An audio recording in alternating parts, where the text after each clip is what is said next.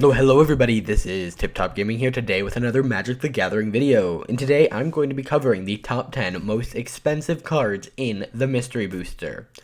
Now the Mystery Booster is still a fair way off, but they revealed the whole card list. Kind of. There's going to be a full sheet of foils that are different from the rest of the cards in the set that we don't know yet. So once that list has been revealed, I'll do another video covering that.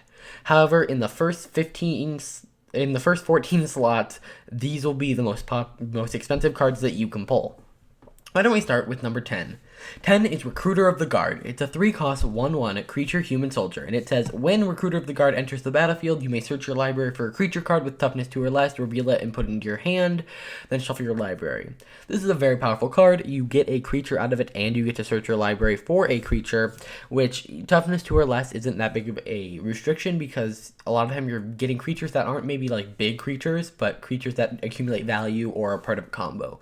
So that is $24.86. Next, we have Sliver Hivelord. It's a Wooburg, legendary creature Sliver 5/5, and it says Sliver creatures you control of indestructible. So this is a wonderful commander. Now I mentioned that, I didn't mention this, but the previous card, it works really well in Commander, and this of course is a commander. It would fit into a Sliver deck, although you'd have to be running 5 colors, which is kind of odd in something that's not Commander. However, for Commander, this and the first Sliver are both very good options. This has a price tag of about $26.51. Next, we have Demonic Tutor. Pay 2 and search your library for a card and put it in your hand at sorcery speed. This is just good. It's $30.52. So if you're playing black, you're probably playing this card because again, this is a very big card in Commander. However, this is also a big card in a lot of other formats.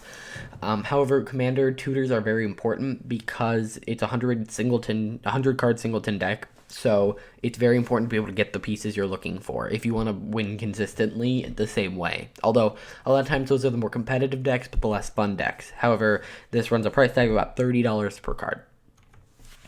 Next, we have Sakashima the Imposter, which is a 4-cost 3/1 legendary creature human rogue, and it says as it comes into play, you may choose a creature in play. If you do, it becomes a copy of that creature, except its name is still this. It is still legendary, and it gains pay 4, return it to your hand. So basically, this allows you to play this, have it enter as a copy of a creature, and then if you want, you can then pay 4, or technically pay 8, to, you can pay 8 to switch the creature type.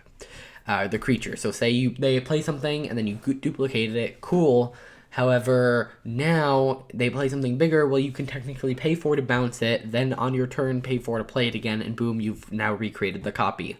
Just note that bouncing it back to hand happens at the end of turn, so you cannot use this as evasion. Next, we have Rise the Redeemed at $32.71. It's a 1-cost green and white 1/1 legendary creature elf warrior. Again, popular in Commander.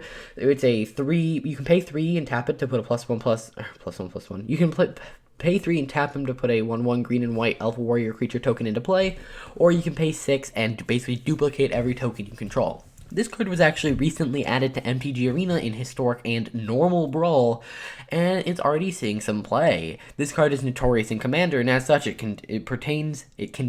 has a $32.71 price tag. Next, we have Savala, Heart of the Wild. It's a 3-cost legendary creature elf scout, and it says whenever another creature enters the battlefield, its controller may draw a card if its power is greater than each other creature's power. So basically, if a creature enters the battlefield, and this is also, it applies for your opponent's controllers. Oh my god. It applies to your creature's opponents. Your opponent's creatures. However, if they play a 5/5 and their biggest creature is a 4/4, they draw a card. However, if they play a 5/5 and their biggest creature is a 6/6, they do not draw a card.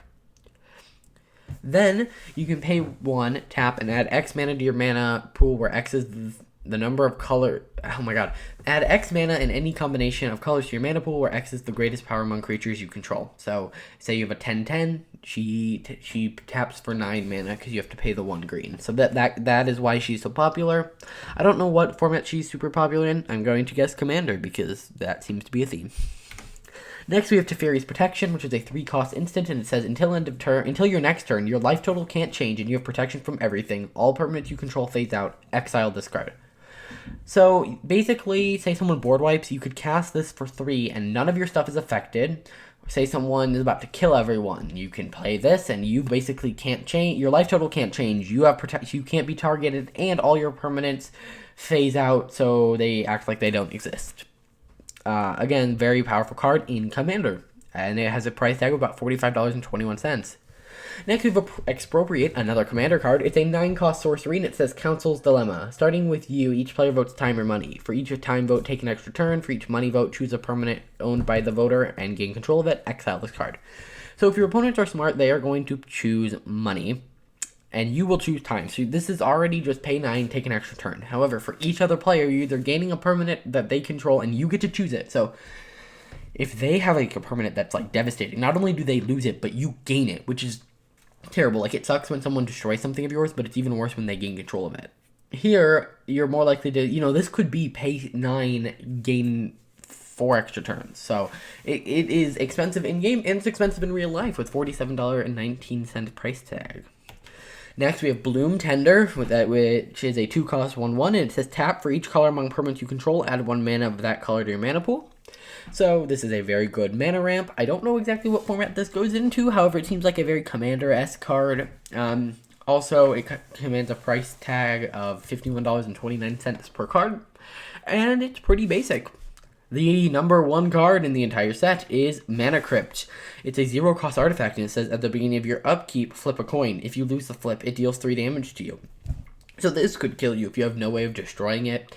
However, in something like Commander, where you start at such a high life total, being able to start the game, theoretically, you could have Soul Ring and this in your hand and start the game with 4 mana. That's crazy.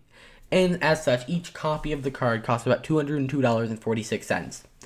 I've seen in a couple videos where I talk about the top 10 prices, people like the prices aren't as high as they were. Just note that when the set comes out, all the prices are going to plummet because there's going to be a lot more cards in the market. As well, remember the foil sheet is going to have cards not in the rest of the set, so this list will most likely change once that list has been revealed. Alrighty guys, that's going to do it for this video. I hope you guys enjoyed. Please hit the like button, subscribe, and I'll see you guys in the next video. Bye.